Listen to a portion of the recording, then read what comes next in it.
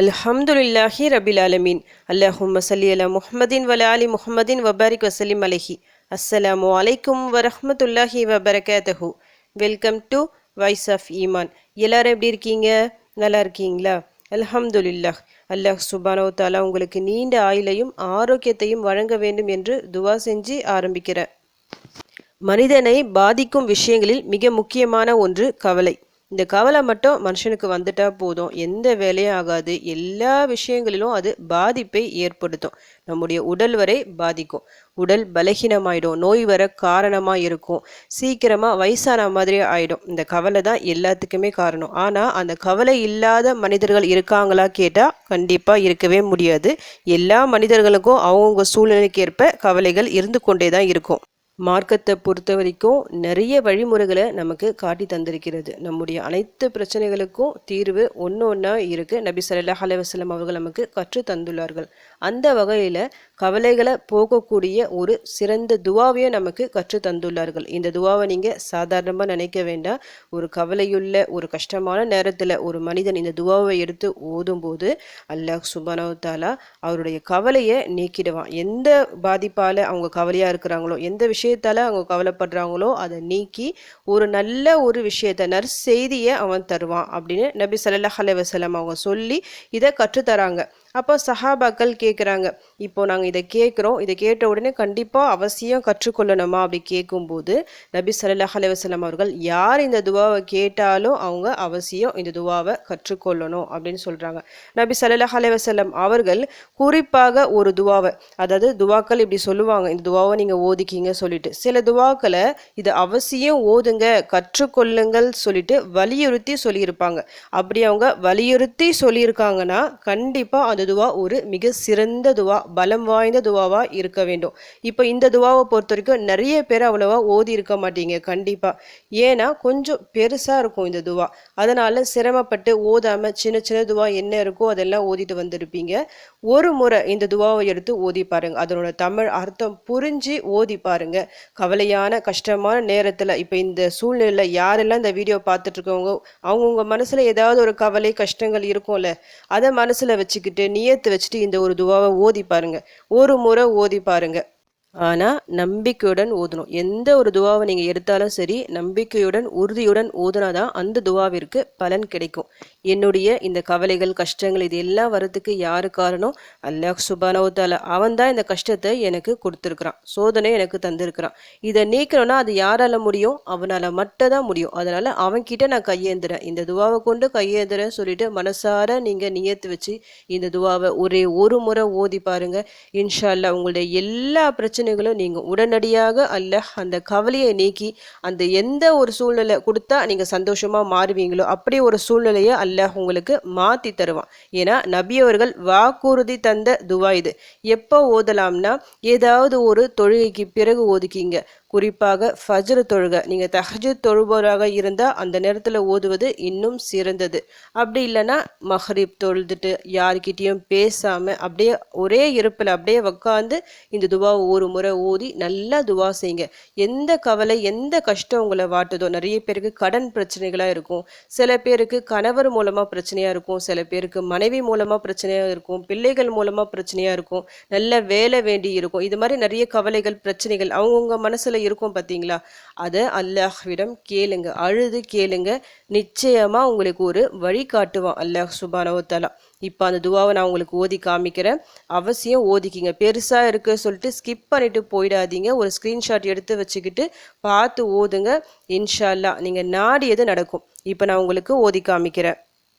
அல்லாஹும்ம இன்னி அபுதுக வப்னு அப்திக வப்னு அமதிக நாசியதி பியதிக மாதின் ஃபிய்ய ஹுக்முக அதுலுன் ஃபிய்ய கதாஉக அஸ்அலுக பிகுல்லி இஸ்மின் ஹுவ லக சம்மைத பிஹி நஃப்ஸக அவு அன்சல்தஹு ஃபீ கிதாபிக அவு அல்லம்தஹு அஹதம் மின் ஹல்கிக அவிஸ்தஅஸர்த பிஹி ஃபீ இல்மில் கைபி இந்தக அன் தஜ்அலல் குர்ஆன ربيع قلبي ونور صدري وجلاء حزني وذهاب همي اللهم إني عبدك وابن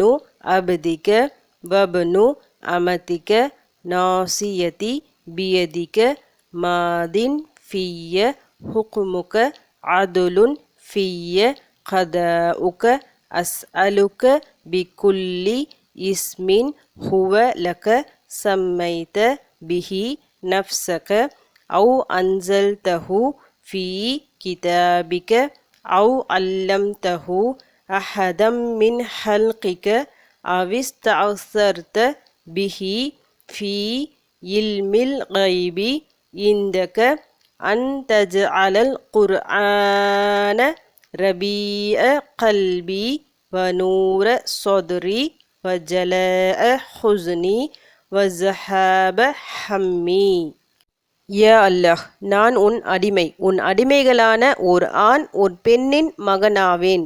எனது முன்னெற்றி ரோமம் உனது கையிலே உள்ளது. என்னில் உனது கட்டளையே செல்லுபடியாகிறது. என் விஷயத்தில் உன் தீர்ப்பு நீதமானது.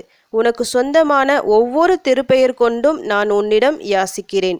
அந்த பெயரை நீயே உனக்கு சூட்டியிருப்பாய், அல்லது உனது வேதத்தில் அதை நீ அருளியிருப்பாய், அல்லது உனது படைப்புகளில் எவருக்கேனும் அதை கற்றுக் கொடுத்திருப்பாய், அல்லது மறைவானவை பற்றிய ஞானத்தில் உன்னிடத்தில் அதை வைத்திருப்பாய். அவை அனைத்தையும் கொண்டும் உன்னிடம் கேட்கிறேன். அல் குர்ஆனை என் இதயத்தின் வசந்தமாக்குவாயாக, என் நெஞ்சத்தின் ஒளியாக்குவாயாக. எனது துயரத்தை நீக்கக்கூடியதாகவும் எனது கவலையை மறைக்கக்கூடியதாகவும் ஆக்குவாயாக. இந்த துவாவோட பொருளை நல்லா ஒரு முறை படித்து பாருங்கள். படித்து பார்க்கும்போது உங்களுக்கு தெரியும் எவ்வளவு சிறப்பான வரிகள் சொல்லிட்டு. எந்த துவாவிலும் இப்படி ஒரு சிறந்த வரிகள் இருக்கா சொல்லிட்டு எனக்கு தெரியல. ஏன்னா அல்லாஹ்விடம் நாம அடிமை, அல்லாஹ் தான் எஜமான்னு சொல்லிட்டு உணர்ந்து இந்த துவாவில் நாம் ஆரம்பத்தில் கேட்குறோம். அடுத்ததாக என்ன கேட்குறோம்? அல்லாஹுக்கு நிறைய திருப்பெயர்கள் இருக்குது. அந்த திருப்பெயரை கொண்டு நான் கேட்குறேன். நீ நிறைய திருப்பெயர்கள் வச்சிருப்ப, அதாவது 99 பேர்கள் இருக்குது, தெரிஞ்சிருக்கு தெரியாமலும் இருக்குது. அதுலேயும் சிறந்த பெயர்கள் நிறைய இருக்குது. அதில் எது சிறந்த பெயர்? இஸ்முல் ஆலம் சொல்லுவாங்க பார்த்தீங்களா, அதில் நிறைய கருத்து வேறுபாடுகள் இருக்குது. இந்த பெயர் அதை சொல்லி கேட்டால் நிச்சயமாக அல்லாஹ் நமக்கு உடனே தருவான். நம்ம என்ன துவா செஞ்சாலும் கபூல் ஆகும் சொல்லிட்டு இருக்குது. இப்போ நம்மளுக்கு ஓரளவுக்கு தெரியும், இருந்தாலும் முழுசாக அறிந்தவன் யார்? அல்லாஹ் சுப்ஹானஹு வ தஆலா. அப்போது அந்த ஒரு பேரை அல்லாஹ்கிட்டே நம்ம ஒப்படைச்சிட்டோம், பொறுப்பை கொடுத்துட்டோம். அந்த பேரை கொண்டு உங்ககிட்ட கேட்குறேன். உனக்கு தெரியும் மறைவானவை எல்லாம் உங்ககிட்ட தான் இருக்குது, உங்ககிட்ட நான் கேட்குறேன், என்னுடைய இந்த கவலையே நீக்கு அப்படின்னு சொல்லிட்டு அல்லாஹ்விடம் துவா செய்கிறோம். எவ்வளவு சிறந்த துவா பாருங்கள். இது முடிஞ்சால் கண்டிப்பாக இது மனப்பாடம் செஞ்சு வச்சுக்கிங்க. எப்பெல்லாம் கஷ்டங்கள் பிரச்சனைகள் ஏற்படுதோ இதை நிறைய ஓதுங்க. ஏன்னா மனப்பாடமாக தெரியும் போது நம்ம ஒரு முறையோடு நிறுத்த மாட்டோம், அதிகமாக ஓதி துவா செய்வோம். இந்த மாதிரி ஓதி துவா செய்யும் போது நிச்சயமாக அல்லாஹ் அந்த கவலையை உடனடியாக நீக்குவான். அதனால தான் நபி ஸல்லல்லாஹு அலைஹி வஸல்லம் அவங்க சொல்லியிருக்கிறாங்க. என்ன சொல்லியிருக்கிறாங்க? கவலையான கஷ்டமான நேரத்தில் இதை நீங்கள் ஓதுங்க, அந்த கவலையை அல்லாஹ் நீக்கி உடனடியாக ஒரு நற்செய்தியை, ஒரு மகிழ்ச்சியை உங்களுக்கு தருவான் அப்படின்னு சொல்லிட்டு. மகிழ்ச்சி ஏற்படுதுன்னா அந்த ஒரு கவலை நிரந்தரமாக நம்மளை விட்டு போனாதான் ஏற்படும். எந்த ஒரு கஷ்டத்தால் நம்ம கவலைப்படுறோமோ அது நீங்கும். அதற்கான வழி அல்லாஹ் ஏற்படுத்துவான். இவ்வளவு சிறப்பான துவாவை அல்லாஹ் சுப்ஹானஹு வ தஆலா நம் கண் முன்னே காட்டியிருக்கிறான். பார்த்த உடனே ஓதிக்கிங்க, மனப்பாடம் செஞ்சு வச்சுக்கிங்க, ஒரு ஸ்க்ரீன்ஷாட் எடுத்து வச்சுக்கிங்க. ஓதி உங்கள் கஷ்டங்கள் பிரச்சனைகள் எல்லாத்தையும் அல்லாஹ்விடம் சொல்லுங்கள். நிச்சயமாக எல்லாமே மாறும். உங்கள் வாழ்க்கை நல்ல முறையில் மாறும். உங்கள் வாழ்க்கையை நல்ல முறையில் மாறணும்னு சொல்லிட்டு உங்களுக்காக நானும் அல்லாஹ் கிட்ட துவா செஞ்சுக்கிறேன். எனக்காகவும் என் குடும்பத்திற்காகவும் நீங்களும் துவா செஞ்சுக்கிங்க. அல்ஹம்துலில்லாஹ். இந்த வீடியோ உங்கள் எல்லாருக்கும் யூஸ்ஃபுல்லாக இருந்திருக்கும்னு நினைக்கிறேன். நீங்கள் தெரிஞ்ச இந்த விஷயத்தை மற்றவங்களுக்கும் எத்தி வைங்க. இதன் மூலம் அவர்களும் பலனடையலாம்.